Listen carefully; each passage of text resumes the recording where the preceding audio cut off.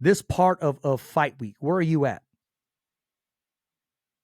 Mentally, man, I'm already locked in. I'm already, envisioning the fight. That's how I always kind of do it within the week or 2 weeks before the fight. I'm always envisioning different kind of scenarios, different types of ways this could play out, and it's always with me, with my hand raised, obviously. Mexican Independence Day, we could call this Teddy Atlas here in Las Vegas, Nevada. You heard it from the champ himself. Good evening, everyone. I'm your host, Richard Ortiz of The Fighter's Voice, the only voice that matters. And I'm like our guest today, the undefeated 13-0 with 12 big knockouts. Ladies and gentlemen, TITO MERCADO. Welcome to The Fighter's Voice, TITO. Thank you for having me. I appreciate it. Man, let's talk about this Saturday, man. I mean, you're putting your undefeated record on the line once again. Marv Nations Promotions is going down this Saturday, man. Doors open up at 4. The first bout starts at 5. You'll be walking in the ring close to 8 o'clock. Your undefeated record on the line, making it happen. You got the supporters, the followers, the music's popping. What's going through your mindset? What can the fans expect once that first bell rings? Man, my mind is just on my opponent the whole time, like it always is. The whole fight week coming up, I always have kind of like just my main focus is just him, and then coming into as far as the fan aspect, they always expect a great show from me. I'm always coming in there. Obviously, I like to box and show a lot of skills, but the fans can expect me to go over there and try to knock somebody's head off. Nowadays, we have too many guys trying to look cute, in front of the cameras, and I don't think we got that killer mentality like we did back then. So that's what they expect from me. You got a good head on your shoulders. I noticed the way you balance out your career and as well as life, being able to have, dinner with the special someone taking care of that, putting in the work in the morning, being disciplined at the same time, doing these media appearances, that help your career and push you forward, great PR for you. And then again, you're family oriented. How does one balance his career in the sport of boxing?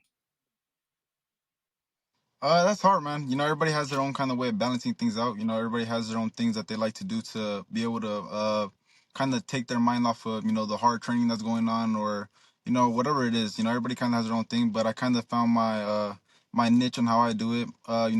My father is my trainer, and luckily, you see sometimes trainers and that are fathers, they sometimes always have the coach role on the whole time, and we kind of know how once we get home, we know how to separate ourselves. So there's a lot of good things that I got in my camp, in my team, that I think that's played a big role on my success so far.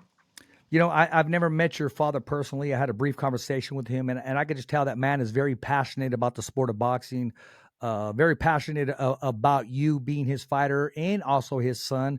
And that's what it takes nowadays as a trainer, as a father, as a close mentor, a friend, to be very passionate about the sport. And knowing that you have your father in your corner, and not just in the sport of boxing, but in life, how does that make you feel entering the ring?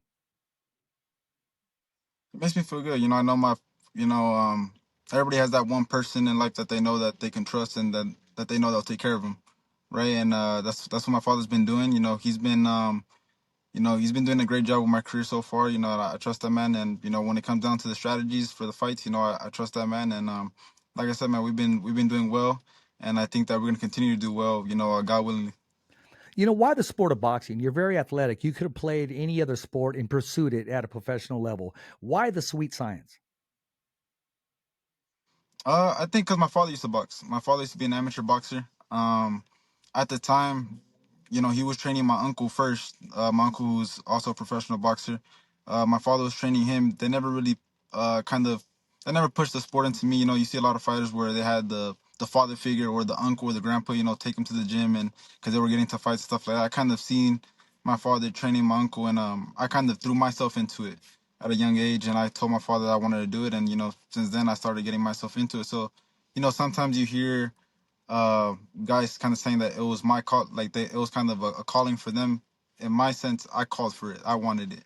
So I think it's a little different. It is a little different when you're not forced into it. You embrace it yourself. You find that niche, you find that desire and the love for the sport. And with that in mind, you're able to grow. Do you remember your first amateur fight? I do. I do remember my first amateur fight. That was crazy. What do you take? That was crazy. It was a. Uh, Go ahead, my bad. I mean, no, sure. it's okay, brother. No. I was going to say, what do you take from that? The very first time that you went in, I know your mind was spinning. Are my shoes too tight? Am I ready? When's the bell going to ring? Do you still look back at your very first fight? Because a lot of fighters that I spoke to, they said, yeah, I do briefly. Just I don't spend too much time on it, but just enough to get me forward. I don't think about it, to be honest. When I get questions like yours, I do kind of reflect on it, and it's just crazy to see the journey from the first fight to now being a pro is real crazy.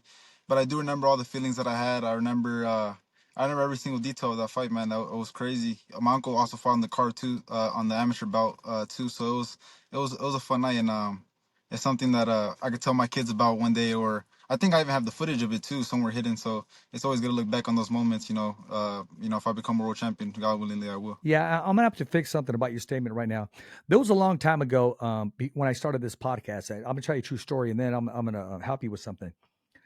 I took my car into a mechanic to get it fixed, and I started the podcast. And I said, "Yeah, I put my heart and soul into it. This is what I'm doing." And I said, "Yeah, it's a hobby of mine." And as soon as I said that, he stopped me and he said, "No, that's not a hobby of yours."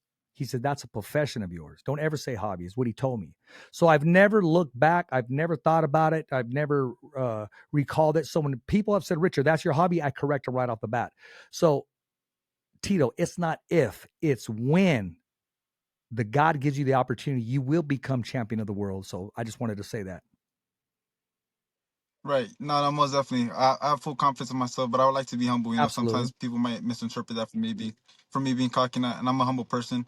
I know the work that I put in, and me and my father know the work that we put in. We know my potential, and all these guys out there in the 140 division, we know we could definitely take them out. But I just like to be humble and not sound arrogant. I did a little bit of background check on you. I know at one time, Top Rank Boxing was very interested in you. So I don't use the term very like past tense. If they were very interested in you, they're still interested in you. That means the Golden Boys. That means the PVCs. That means the Matchrooms. And I know you're with a great promotion team right now, Marv Nation. They put on great shows and great events. When do you see yourself fighting into the top 10 division in the 140-pound division? I say that because that division is the division of all divisions right now in the sport of boxing. It's the meat division. There's nowhere to hide. It's just moving forward. It's full of dogs. It's full of monsters. It's full of cucuys and you name it, man. I mean, it's the best of the best right now, and you're right in the middle of it. No, I mean, I think that kind of question kind of has to be answered on the other sides because, recently I got offered the Barboza fight for the January. I don't know what he fought, 6th, 9th on the Virgil Ortiz card, Yes. and we accepted the fight, and last minute they declined the fight. So I guess it's not so much on my part. It's kind of the which one of the top tens were willing to fight me. That's more of a question that we got to ask because none of these guys are all these guys declined my fight, and I believe Barboza is what top three. I think top one in what WBO or something like Yes. that. Mm-hmm. So I'm ready to get these fights in. I was ready to take that fight. I think that would have been a great win on my resume. But as far as that, man, we got a lot of politics. Side of the streets or fighters not wanting to fight. So it's more the question is which one of the top tens want to fight me. I like that. That'd have been a great name, a great one on my resume. I'll leave it at that. I'll leave it at that. Listen, man, what can we expect from the entire card of Marv Nation, from the opening bouts to the middle bouts to the main event of the evening?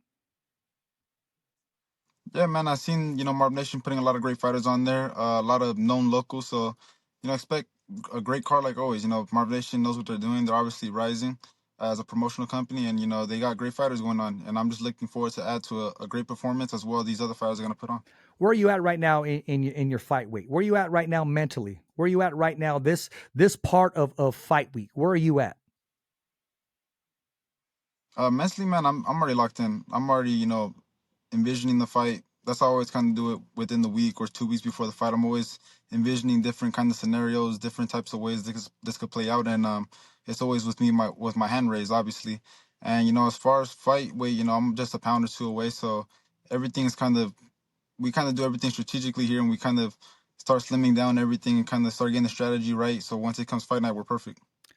Hey man, you got to be ready mentally, physically, spiritually, and it sounds like you are. I could already tell. I can see it in a fighter when he's having a tough weight cut, or oh my gosh, he needs some water, or he needs this. You look good right now, exactly where you're at. It's like you're waiting for that first bout to ring. Yeah, waiting for that first belt ring, man. After that, take a little time off, then get back to the next one. Um, like I said, every time it's fight week, I'm excited. Weight's good. Camp's been great. Got some good sparring with some experienced guys, and like I said, man, every time this fight week, I'm always excited. I think that's every fighter's favorite week, right? Fight week. I agree with you. Personally, when I'm on my downtime and I'm not working, I'm not behind the mic, I like to have a cold one, man. Whether it's a Corona, Modelo, whatever. That's my beer of choice. I had a conversation with your dad, and I said, after the fight, when your son is victorious, we'll have a cold one together. So I expect that to play out and take place because I want to have a cold one soon and know the person that I want to have one is with your dad. That'll be dope. That'll be dope.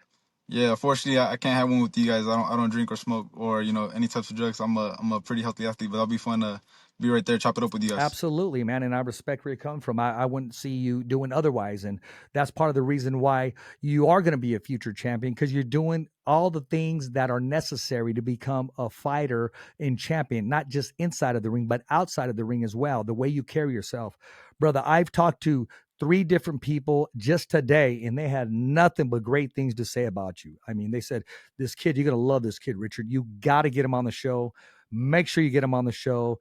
And it turned out by coincidence, the one they were talking about, I said, oh, well, he's going to be competing Saturday. So I was able to swing it right there. And it's just, yeah, I Right. was able to pull it and we pulled some strings. We made it happen. We actually had an MMA fighter that was in your slot and I spoke to him and we're going to have him next week. But, those are the things that need to take place and need to be necessary when we got a superior athlete as yourself.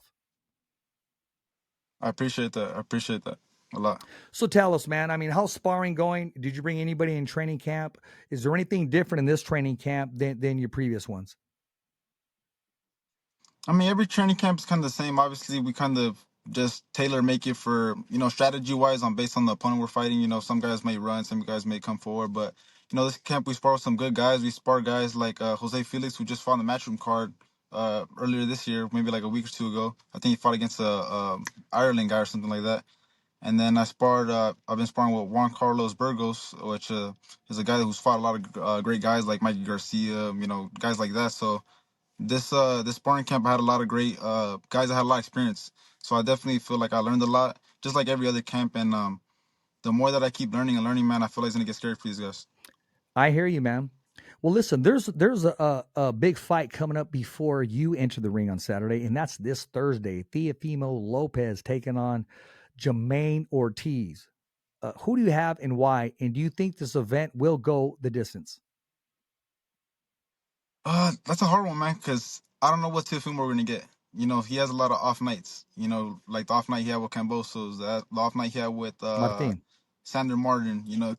Yeah, so he has a lot of off nights. It's kind of depends on what Teofimo you get.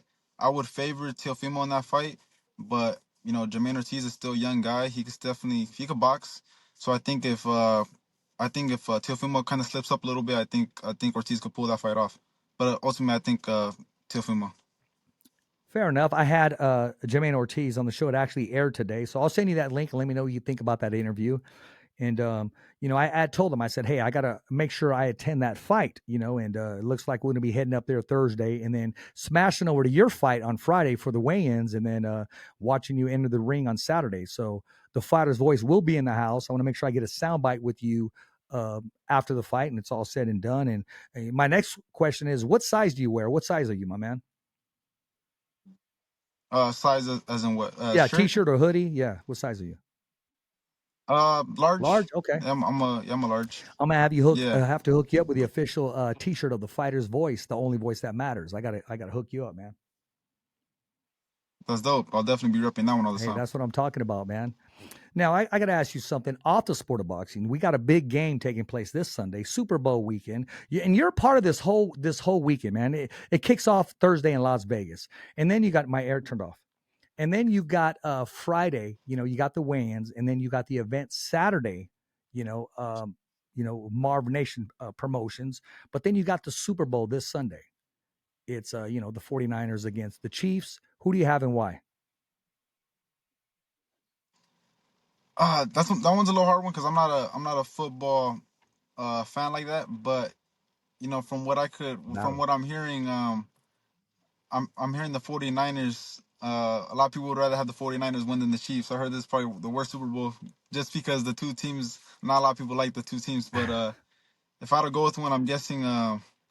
Everybody's going for the 49ers, man, to upset the Chiefs. So I'll just go with the Chiefs because I know they're a team that's been in the championships before, and everybody's rooting against them. It feels like they're the kind of the underdogs and they're the champions. So I'll go with the Chiefs. I'll fist bump to that. I'm going for the Chiefs too. I'm gonna keep it real, man. I like the quarterback for the Niners. I like what he stands for, but I'll leave it at that. I really don't care for the team, man. It's not my team of choice, but I respect the fact that they are representing the NFC in the Super Bowl. But I will be pulling for the Kansas City Chiefs. I keep it 100.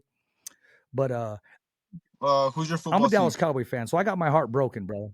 Tell me why I knew you were gonna say that. Oh, yeah. Who's your team? No, it's I have a lot of Dallas Cowboy Okay. fans that they definitely. I know you guys definitely ride for your team. Yeah, we do. I just I like to go against the Dallas Cowboy fans because I know they're pretty easy to sometimes take off a little bit. Yeah. You guys are serious about your team, and I respect it. Yeah, we are, and I'm also a Dodger fan too. So hopefully you like the Dodgers, or if you follow baseball at all, and in basketball, I'm a Kobe Bryant fan to the max. But my team's the New York Knicks, and they lost to the Lakers last week. But Okay. I root for my team. I stick with them, and just like when I support fighters, man, I roll them. And in this business that I'm in, I'm really not supposed to pull for another fighter, but I'm a human being.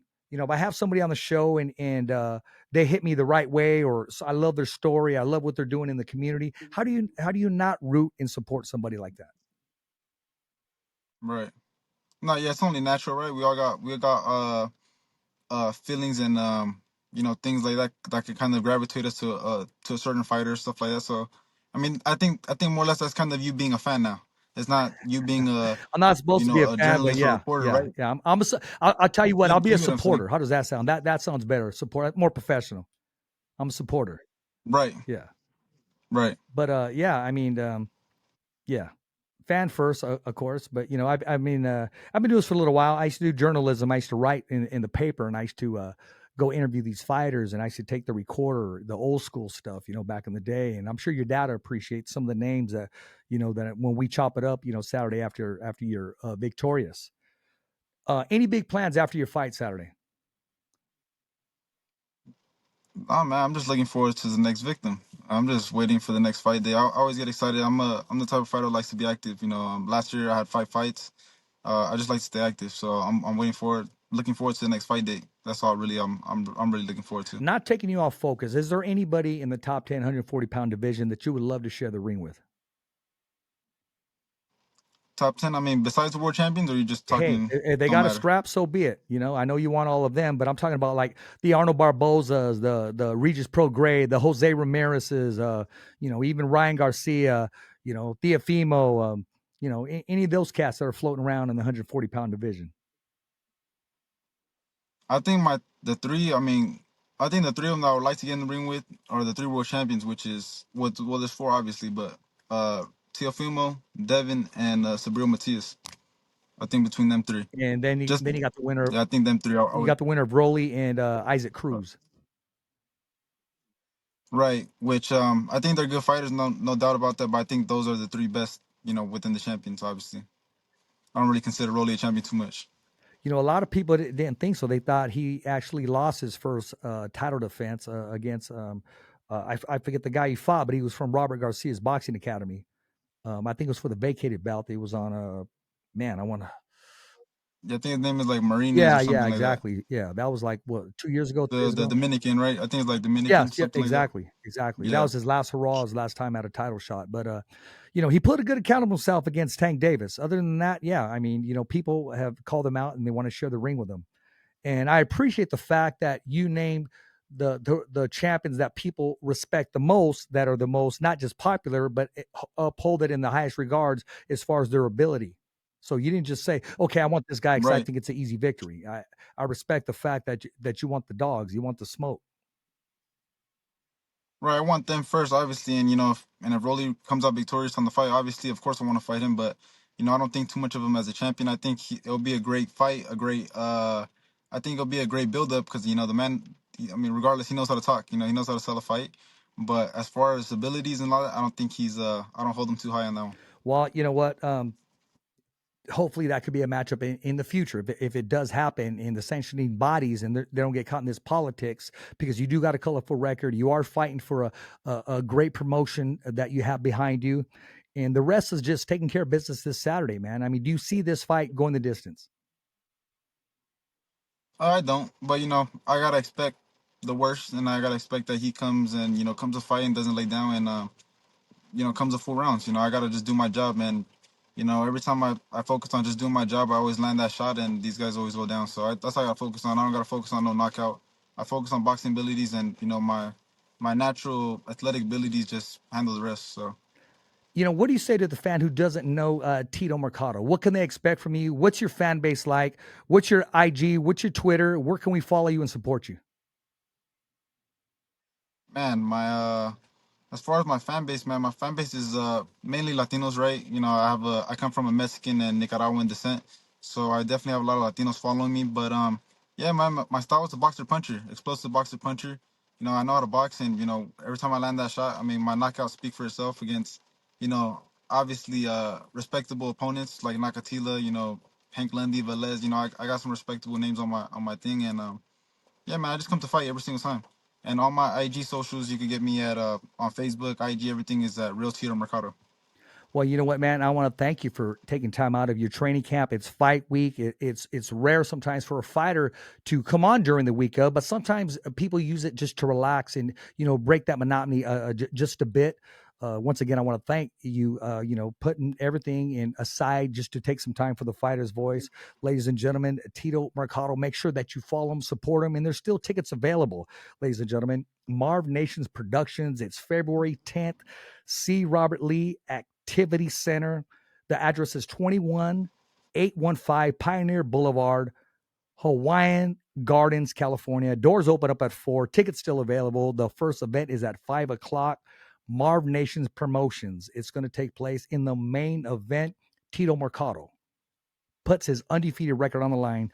13 wins, 12 of those by way of knockout. I want to thank him once again for being our guest. Ladies and gentlemen, I'm your host, Richard Ortiz of The Fighter's Voice, the only voice that matters. And I'm like our guest today, Tito Mercado. We're simply knocking out the competition. Make sure you subscribe to his IG, his Twitter. Make sure you follow him. And also follow The Fighter's Voice. Subscribe to our YouTube channel. It's www.youtube.com/The Fighter's Voice. Remember, every fighter has a voice, and so do you. As always, it's a wrap. Thumbs up for Richie. Okay, fight fans, it's not goodbye, but until next week. Remember, it's always voiceography at its finest. So on behalf of Richard Ortiz, the special guests, and all the crew, saying hasta luego, babies.